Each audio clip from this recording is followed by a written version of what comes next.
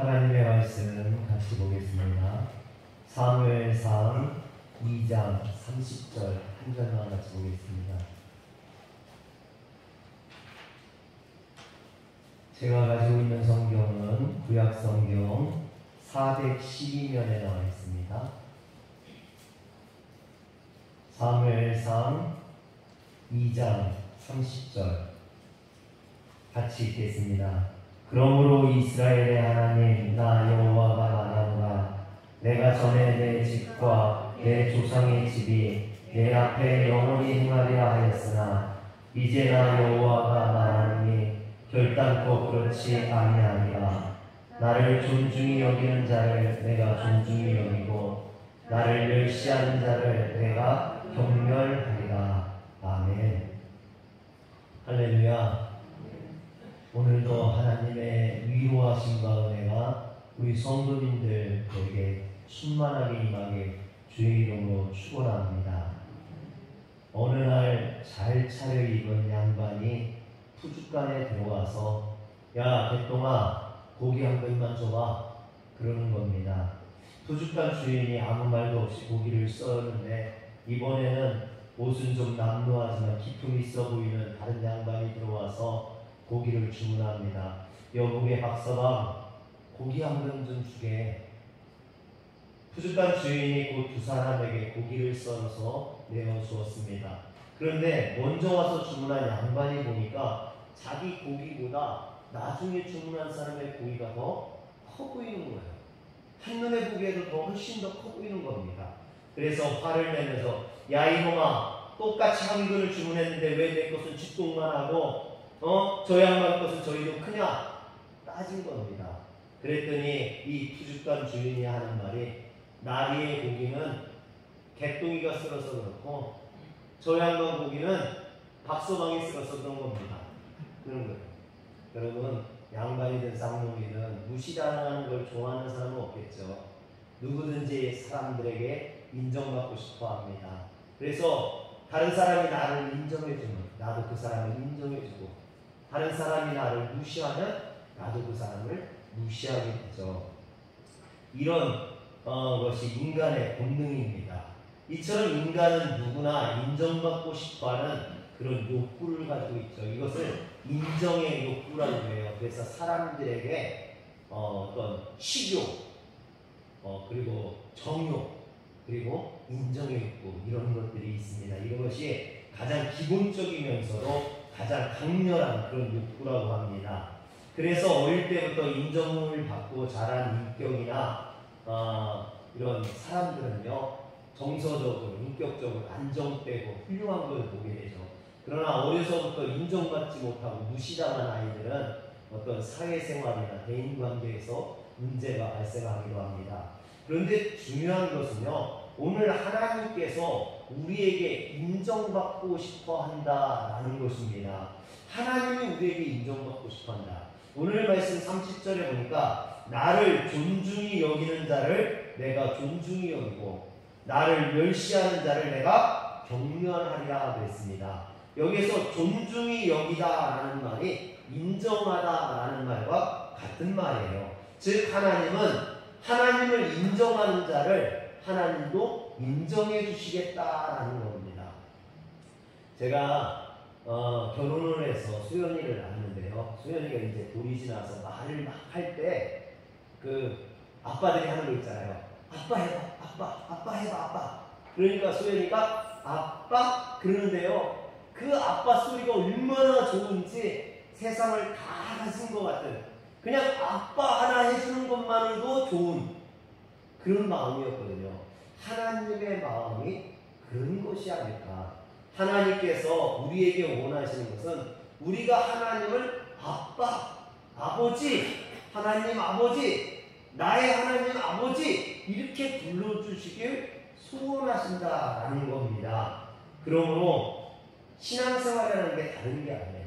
하나님이 나의 아버지시라고 나의 하나님이라고 고백하는 거 그것이 곧 신앙생활입니다. 그래서 우리는요 늘 일상 속에서 우리의 삶 속에서 이것을 고백할 수 있어야 돼요. 어떻게 고백하느냐? 날씨가 좋으면 하나님께서 나에게 좋은 날씨를 주셨구나.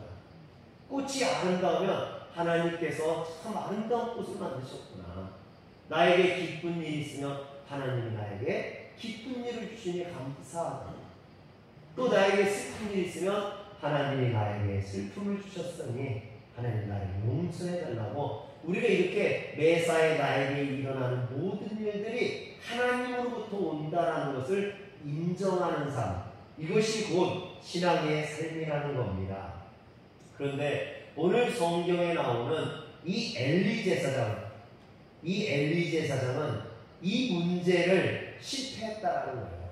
하나님을 인정하지 않았다라는 것이죠. 그래서 그의 인생이 망가지고 자식들의 인생이 망쳐지고 그 가문이 멸망받는 그런 가문이 되고 말았습니다.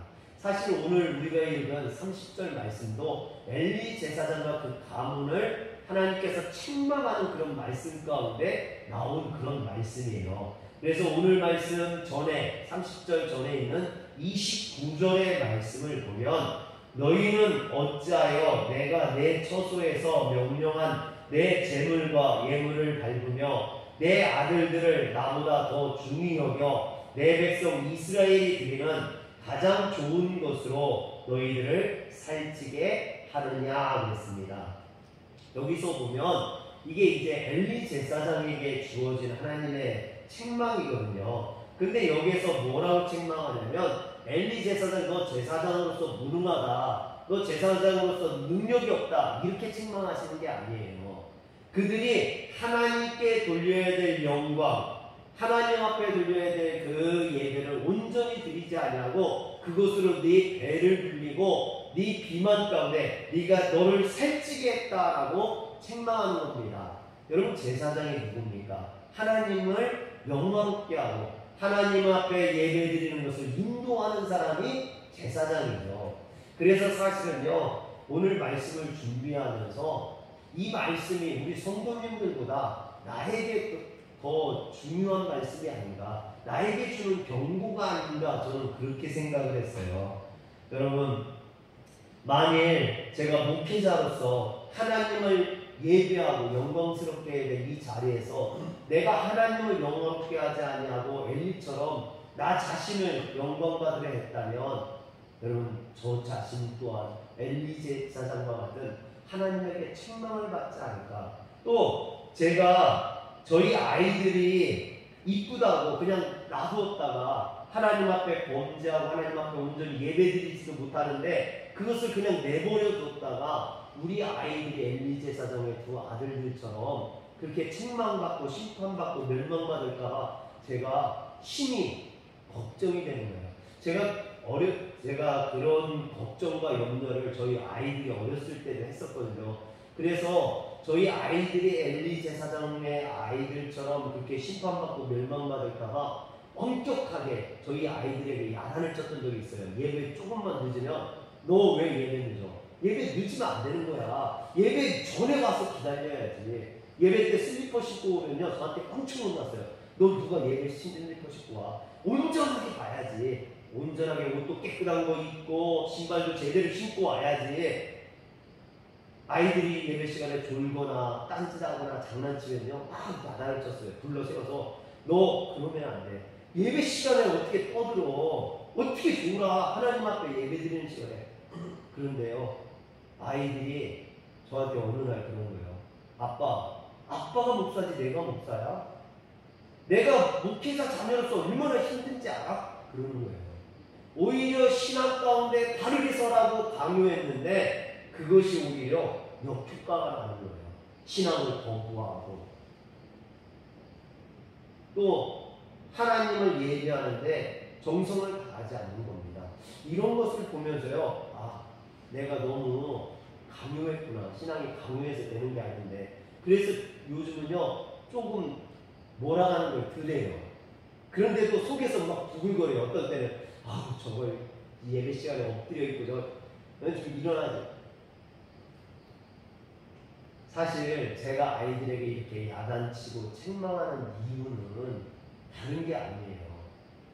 그 아이들이 하나님 앞에 엘리 제사장의 두 아들처럼 그렇게 심판받을까봐 하나님 앞에 똑바로 서라고, 바로 서라고 하기 위해서 하는 거였는데, 아이들은 목회자 자녀이기 때문에 왜 다른 사람들한테 뭐라고 하는데 나만 뭐라고 하냐고, 다른 애들도 떠드는데 왜 나만 갖고 그러냐고, 목회자 자녀이기 때문에 성도님들이 나한테 자꾸만 이상한 걸 요구한다고 애들이 불평하고 원망하더라는 거죠. 여러분, 아이들이 미워서 그런 게 아니잖아요. 이 길이 바른 길이기 때문에, 이 길이 축복의 길이기 때문에, 이것이 신앙 가운데 믿음 가운데 바로 서는 길이기 때문에 저는 그 길을 아이들이 가기를 원하는 거예요.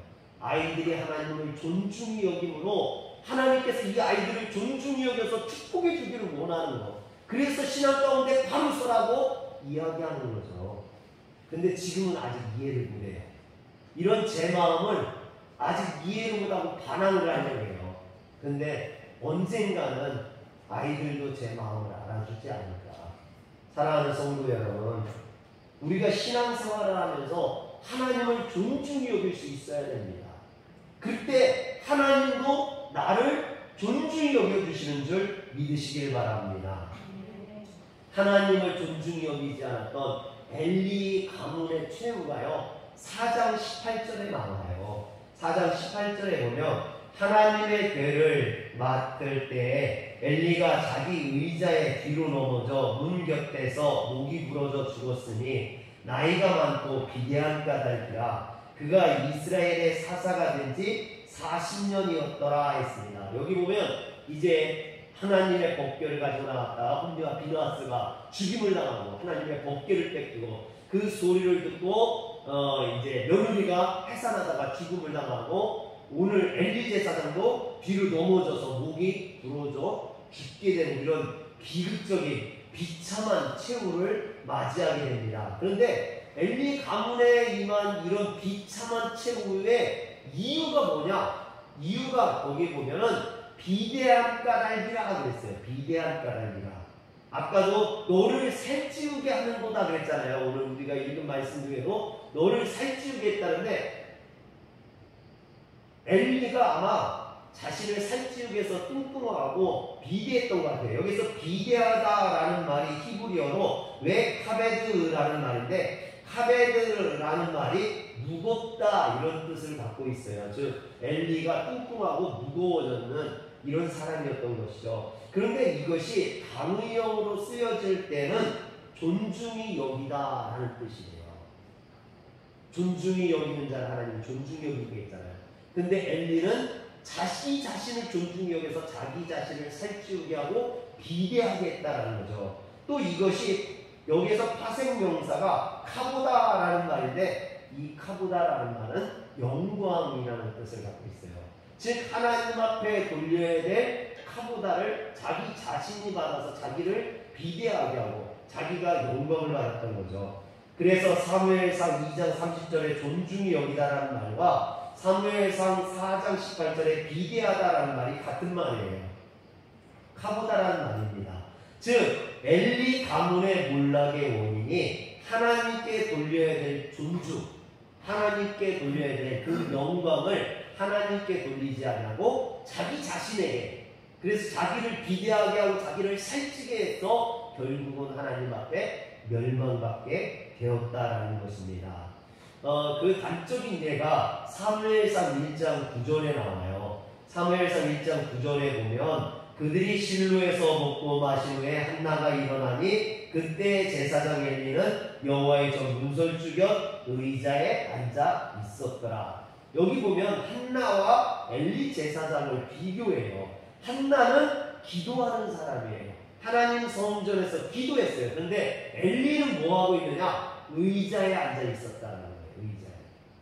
여러분, 제가 그래서 목회자로서 절대 성전에 들어와서 의자에 앉지 않으려고 해요. 항상 기도하는 자리에 여기에 앉아서 무릎 꿇고 있어요. 왜?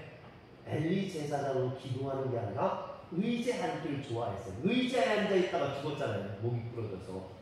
그런데 이 의자라는 말도 사실은 비대하다라는 말처럼 어떤 상징적인 표현이에요. 의자라는 말은 하피세라고 하는데 이 말은 구약 성경에서 보좌 또는 왕자 이런 뜻으로 쓰였어요. 즉 엘리는 교회 안에서 왕자에 앉아 있었던 거예요. 하나님께 영광 돌려야 될 그 영광의 자리에 자신이 앉아 있었다라는 것이죠. 즉 사무엘서에서 엘리가 의자에 앉아 있었다는 것을 의도적으로 여러 번 표현하고 있는 것은 왕이 없는 이 시대에 하나님을 대신해서 제사장이 백성들을 다스리던 이 시대에 그 왕자리에 하나님을 모시고 섬겨야 될 제사장이 하나님을 모신 게 아니라 그 자리에 자신이 앉아서 자신이 영광을 받고 있었다라는 것이죠. 사랑하는 성도 여러분, 그래서 저는 참 이런 모습들이 걱정스러워요. 많은 사람들이, 많은 목회자들이 하나님께 영광을 돌려야 될 그 자리에 자신이 영광받는 경우가 많아요. 많은 교회에서 목사님들이나 또는 장로님들이 하나님께 돌려야 될, 예수님께 돌려야 될 그 영광을 자신들이 받고 있다가 하나님 앞에 심판받는다라는 거죠. 오늘 우리가 그것을 깨달아야 됩니다. 그런데 사무엘상 4장 18절 마지막 부분에 보면 그가 이스라엘의 사사가 된 지 40년이라고 했어요. 왜 그가 비대해졌느냐? 그 이유를 여기에서 이야기하고 있어요. 그가 제사장이 된 지 40년이 되었기 때문이라는 거예요. 여러분, 이게 무슨 말입니까? 사람들이 처음에는 그렇지 않은데 시간이 지나면서 변질되는 경우가 많아요. 그래서 뭐라 합니까? 개구리 올챙이적 생각 못한다고 하잖아요. 그것처럼 엘리도 제사장이 처음 됐을 때 그렇지 않았을 거예요. 그런데 그가 40년이 되다 보니까 이처럼 비대해지고 자신이 영광받는 의자에 앉아있는, 왕자에 앉아있는 사람이 되어버리고 말았다라는 것이죠. 40년이 되다 보니까 그럴 수밖에 없었다라는 것입니다. 제가 그래서 깜짝 놀랐어요. 사실은 제가 2000년에 첫 목회를 시작했거든요. 지금 21년째예요. 제가 은퇴할 때까지 40년을 목회를 하거든요. 근데 저도 40년을 하면 엘리 제사장처럼 될까? 겁이 나는 거예요. 내가 처음 그 열정, 하나님을 향한 순수한 마음, 그걸 잃어버리진 않을까 걱정이 되는 겁니다. 그래서 제가 첫 목회할 때 각오했던 것을 다시 한번 되새겼어요. 그때 무슨 각오를 했냐면 내가 절대로 정치하지 말자. 목사님들이 정치에 빠져든 경우가 많거든요. 어디 가서 줄 서지 말자.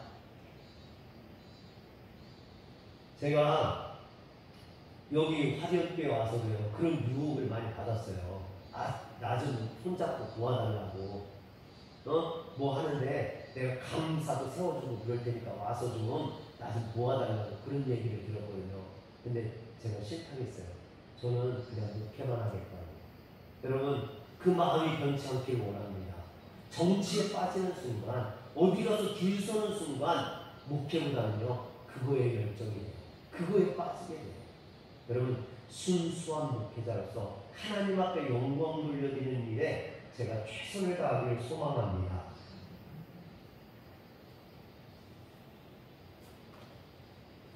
사랑하는 성도 여러분, 우리의 믿음 생활이 이렇게 10년, 20년 이렇게 신앙이 지나면서 완숙해져 가거든요. 어떤 그런 것들은 너무나 아름다운 모습들이에요. 그런데 이렇게 신앙이 오래되면서 한 가지 유념해야 되는 것은 초신자 때 가졌던 그 뜨거운 가슴, 은혜 이런 것을 잃어버리면 안 된다는 거죠. 제가 전에 이렇게 전도했던 할머니가 계셔요. 88세 된 할머니가 계신데 그 할머니가 교회 나오면서 뭐라고 했냐면 목사님 저는 글도 모르고 아무것도 몰라요. 그래도 나 교회 나가도 될까요? 그래서 나오시기만 하고. 그런데요, 교회에 나오셔서 신앙생활 얼마나 잘하시는 분인가요? 항상 앉아서요, 예배 시간에 눈이 깜깜하고 이렇게 저를 쳐다보는 그 모습이요, 얼마나 아름다운지. 근데 여러분, 우리가 신앙생활을 오래 하다 보면 저 말씀 뭐 내가 아는 얘기인데 목사님 또 저 말씀 하셔? 그럼 그럴 때가 많잖아요. 우리의 신앙이 그런 어떤 초신자의 마음을 잃어버리면 안 됩니다. 엘리 제사장처럼 비대해져가지고 서서히 변질되어져가고 여러분 그러다 보면 하나님 앞에 실패하는 인생이 됩니다. 그래서 초심을 되찾아야 돼요. 첫사랑을 되찾아야 됩니다. 한번 따라합시다. 첫사랑을 되찾자. 초심을 잃어버리지 말자. 할렐루야.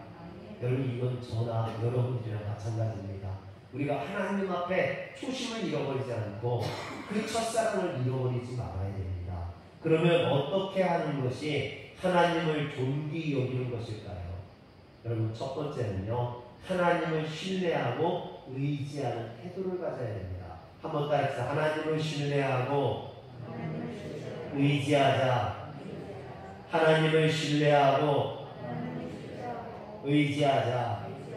여러분 하나님을 신뢰하고 의지하는 것은요, 그 집에다가 십자가를 걸어놓고 또는 예수님의 사진을 걸어놓고 그런다고 하나님을 의지하는 게 아닙니다. 하나님을 신뢰하고 의지하는 태도를 가져야 됩니다. 아이들이 어려서는요, 부모를 의지해요. 부모를 따르고.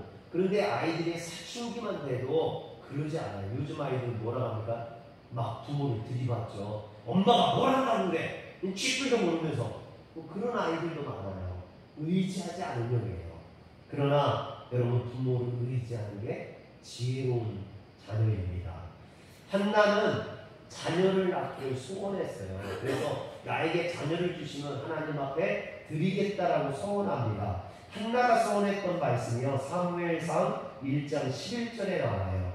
만군의 여호와여, 만일 주의 여종의 고통을 돌보시고 나를 기억하사 주의 여종을 잊지 아니하시고 주의 여종에게 아들을 주시면 내가 그의 평생의 그를 여호와께 드리고 삭도를 그의 머리에 대지 아니하겠나이다 라고 고백을 합니다. 그런데 하나님께서 이 한나에게 은혜를 베풀셔서 태를 열어주셨죠. 그래서 한나가 아들을 낳게 됩니다. 그 아들이 사무엘입니다. 그런데 한나가 이 사무엘을 낳고 자신이 헌신했던 대로, 자신이 소원했던 대로 사무엘을 하나님 앞에 드리게 됩니다. 그 드리는 모습이 사무엘상 1장 24절에 나와요. 젖을 뗀 후에 그를 데리고 올라갈새 숫소 3마리와 밀가루 1에바와 포도주 1가죽 부대를 가지고 실로 여호와의 집에 나아갔는데 아이가 어리더라. 여러분, 한나가 하나님 앞에 소원을 했어요. 소원했으면 드려야 되잖아요. 그런데 드리는 건 아무 때나 드려도 되는 거 아닙니까? 근데 오늘 한나는 아이가 어릴 때 드렸다는 거예요. 젖을 뗀 후에 드렸다라고 이야기를 합니다. 여러분, 젖을 뗀 후는 너무 어리잖아요. 부모의 손길이 필요한 나이 아닙니까? 저희가 예전에 목회자 수양회를 가느라고요. 저희 소영이가 한 3살인가 5살인가 뭐 이렇게 3살 정도인가 어렸을 때예요. 근데 처갓집에다 잠깐 뭐 일주일 넘게 맡겼다가 찾으러 갔더니요, 얘가 아는 척도 안 하는 거야. 아빠 엄마가 날 버렸다고 아는 척도 하는 거예요. 여러분, 이렇게 어렸을 때는 부모를 의지하고 부모의 손길이 필요한 거죠.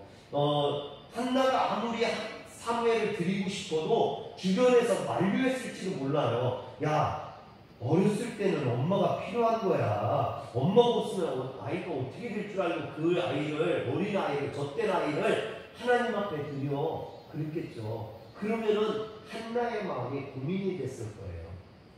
걱정이 됐을 거예요. 특히 이 젖된 아이는요, 얼마나 귀엽습니까? 그 아이를 그렇게 갖고 싶었던 여인이 이 젖을 뗀 아이 한참 아빠 엄마 하고 막 재롱 부릴 때 아니에요. 그때는 이쁘죠. 그때는 너무나 사랑스러워요. 여러분, 그런데 그 사랑스러웠던 애가 6살 7살만 돼봐요. 죽이고 싶은 7살이라니까요. 그때 가면 말도 안 듣고요, 얼마나 까부는지요.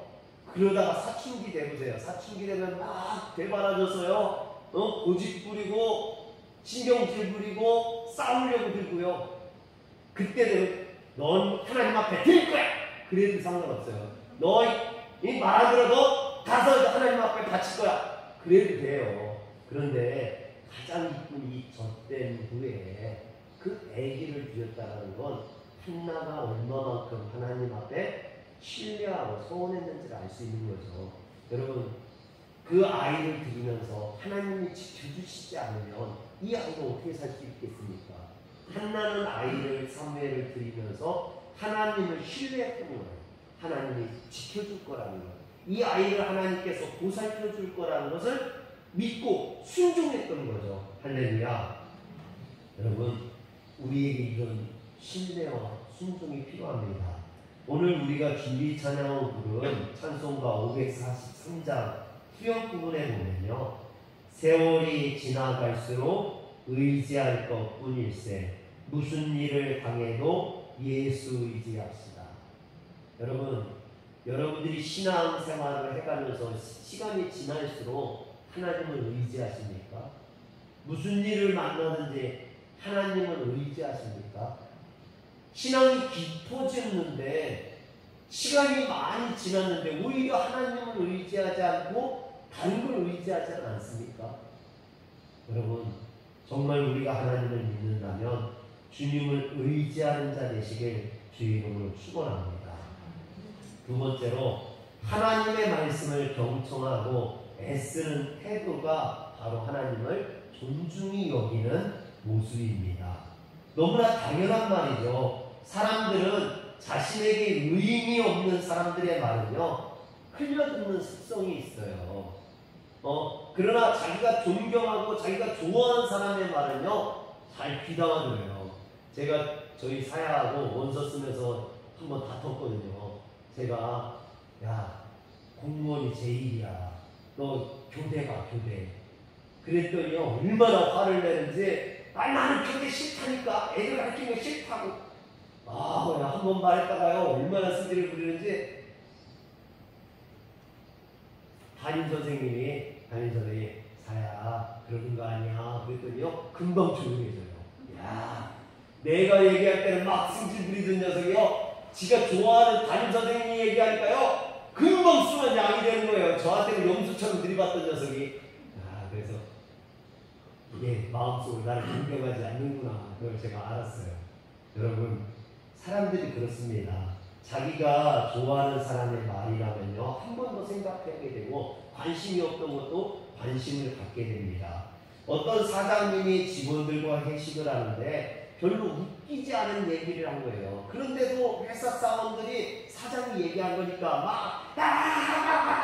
막 웃고 깔깔거리고 그런 거예요. 오버하는 거죠. 막 오버하는 거예요. 그런데 저쪽에 있던 직원 하나가요, 안 웃고 가만히 있는 거예요. 다른 사람들은 막 웃고 막 좋아하고 그러는데 가만히 있는 거예요. 그러니까 사장이 얼마나 괘씸합니까? 내가 얘기하는데 안 웃어? 그래가지고 불러가지고 얘기한 거예요. 야, 넌 왜 안 웃어? 다른 사람들 다 웃는데 넌 왜 안 웃는 거야? 그랬더니 그 사원이 뭐라 했냐면요, 저 내일 퇴사해요. 나는 내일 나갈 거기 때문에 사장 말을 귀담아 듣지 않아도 된다는 거예요. 웃어주지 않아도 된다는 거죠. 나 내일 퇴사할 건데. 여러분, 존중이 여기지 않아도 된다는 거예요. 여러분, 혹시 그렇습니까? 나 내일부터 교회 안 나올 거니까 하나님 말씀 안 들어도 돼. 이겁니까? 아니죠. 오늘 우리는 하나님의 말씀을 귀담아 들을 수 있어야만 합니다. 여러분, 사람들 사이에도 어른이 말씀하시면 동청하잖아요. 그게 도리고 그게 예의 아닙니까? 그런데 전능하신 하나님께서 말씀하시는데 그 말씀을 듣지 않는다. 이건 있을 수가 없는 거죠. 자녀가 부모의 말을 안 듣는 것과 마찬가지 아닙니까? 귀담아 들을 수 있어야 되는 거죠. 어린 사무엘도 하나님이 말씀하시니까 귀담아 들었어요. 여러분, 사무엘상 3장 10절에 보니까 여호와께서 임하여 서서 전과 같이 사무엘아 사무엘아 부르시는지라 사무엘이 이르되 말씀하옵소서 주의 종이 듣겠나이다. 여러분, 이게 얼마나 멋진 말씀입니까? 하나님께서 말씀하시니까 사무엘이 뭐라 했다고요? 여호와여 말씀하옵소서 말씀하옵소서 주의 종이 듣겠나이다. 여러분, 이게 신앙생활이에요. 우리가 예배하는 예배의 자세가 이러해야 되는 거예요. 하나님 말씀해 주옵소서 내가 듣겠나이다. 한번 따라합시다. 하나님 말씀하옵소서 주의 종이 듣겠나이다. 여러분, 우리가 이런 자세로 오늘 예배를 드린다면요, 분명히 하나님께서 여러분들을 존중히 여겨주시고 여러분들을 축복해 주실 줄 믿으시길 바랍니다. 우리가 예배를 드릴 때 정말 내가 하나님의 말씀을 존중히 여겨서 그 말씀을 듣는 태도가 사무엘과 같다면 그럼 얼마나 좋겠어요. 그러나 말씀에 집중하지 않고 여기 있는 목회자의 옷이 삐뚤어졌는데 머리는 왜 정우양이야? 이런 거에 딴 거에 신경 쓰다 보면요, 하나님의 말씀이 들리지 않는 거죠. 여러분, 저는 오늘 말씀을 준비하면서 참 가슴이 아팠어요. 여러 가지로 가슴이 아파요. 왜냐하면 제가 목회자이기 때문에 엘리 제사장을 너무나 잘 이해할 수 있기 때문이기도 하지만요, 엘리를 보면서 참 가슴이 아프고 답답해요. 여러분, 사무엘이 하나님이 말씀하시니까 주여 말씀하옵소서, 하나님 말씀하여 주옵소서, 내가 듣겠나이다 라고 얘기했거든요. 근데 그것을 누가 알려준 거냐면 엘리가 알려준 거라는 거예요. 엘리는 이미 알고 있었어요. 정답을 알고 있었어요. 어떻게 해야 되는지 알고 있었어요. 너무나 잘 알고 있었어요. 그래서 사무엘에게 알려줬습니다. 그런데 정작 자신은 그러지 아니했다라는 거죠. 여러분, 사무엘상 3장 9절을 보세요.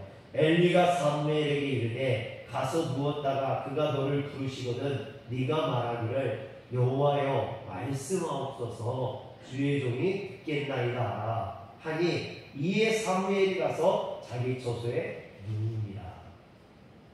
여러분, 제가 집에서 왔다 갔다 하다가 우연히 텔레비전을 이제 보고 있는 걸 같이 보게 됐는데, 거기에 살림남이라는 프로그램에 야구선수 홍성은이 나와서 잠깐 봤는데요. 홍성은이 이렇게 늦었는데 게임을 하고 있는 거예요. 게임을 막 하면서 막 열심히 막 떠들어가면서 하고 있으니까 아들이 궁금한 거예요. 그게 궁금해가지고 문을 빼끔 열고 나오는 거예요. 그러면서 아빠 어떻게 돼? 막 이렇게 하니까 홍성은이 뭐라고 하냐면, 야 지금 12시야. 너 들어가서 자야지. 빨리 들어가 자. 자기는 막 게임하면서 아들한테는 들어가서 자라는 거예요. 그러니까 아들이 그게 들어가지나 궁금해가지고. 여러분, 제가 홍성은을 욕하려는 것도 아니고 무슨 텔레비전 프로그램을 선전하려는 것도 아니에요. 그 얘기를 하고자 하는 거예요. 내가 지키지 않으면서 내 아들들, 자녀들에게 얘기하면 자녀들이 듣겠느냐는 얘기죠. 여기 있는 목회자가 그것을 지키지 않으면서 여러분들에게 얘기하면 여러분들이 듣겠느냐라는 거예요. 그 말에 힘이 있겠느냐라는 거죠. 아니라는 거죠. 오늘 엘리는요, 자기는 하지도 않으면서 사무엘에게 얘기해 줬습니다. 그게 엘리에게 무슨 도움이 되겠습니까? 여러분, 하나님의 말씀을 본인 스스로 존중히 여길 때, 그것을 실천할 때 그게 중요한 거죠. 아무리 성경 말씀을 많이 알면 무슨 소용이 있습니까? 성경 박사면 뭐합니까? 그 말씀을 하나도 지키지 않으면 아무 소용이 없다라는 거죠. 여러분, 그래서 어떤 목사님들은 신학교 교수들 중에 지옥 갈 사람들 많다고 그러잖아요. 왜? 성경에 대해서는 박사일지 몰라도 그 말씀을 지키는 데는 우리 교회학교 어린이들보다 못하니까. 여러분, 아무리 많이 하면 뭐합니까? 하나님 말씀을 실천할 때 그것이 힘이 되고 그런 사람을 하나님이 존중히 여기시는 줄 믿으시길 바랍니다. 마지막으로 들려진 말씀에 순종하여 애쓰는 태도가 하나님을 존중히 여김을 받게 됩니다. 사무엘상 3장 16절에서 18절 한번 교독하겠습니다. 엘리가 사무엘을 불러 이르되 내 아들 사무엘아 하니 그가 대답하되 내가 여기 있나이다 하니 그가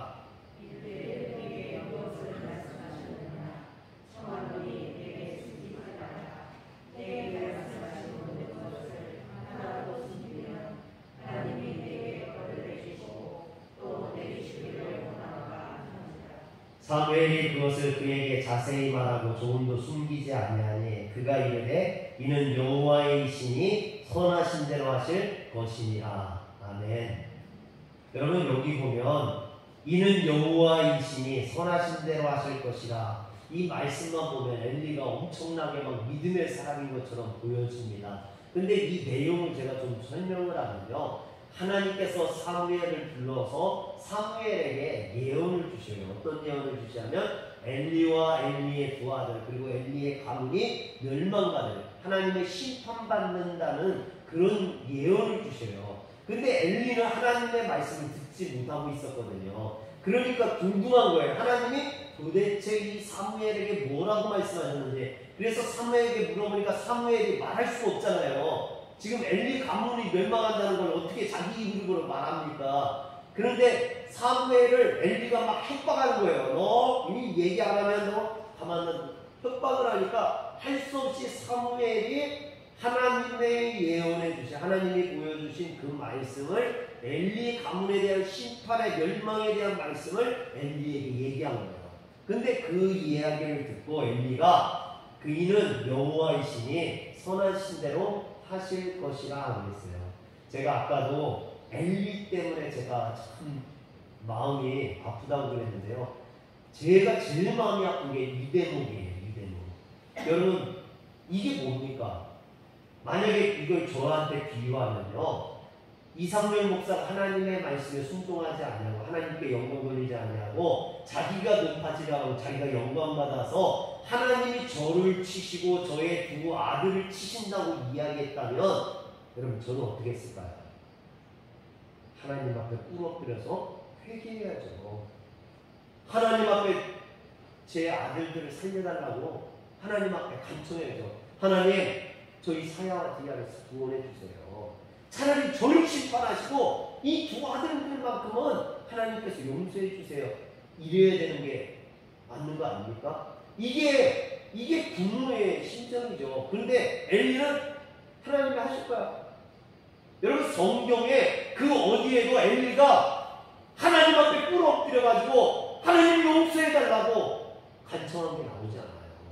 그 잘못된 두 아들을 책망하거나 야단쳐가지고 야 너희들 이러면 큰일 난다, 이러면 하나님 앞에 심판받는다, 이러면 멸망받는다, 너희들 제발 회개하자, 너희들 돌아서야 된다, 지금처럼 살면 안 된다. 여러분 이렇게 그 아들들을 야단친 것이 나오지 않는다라는 거예요.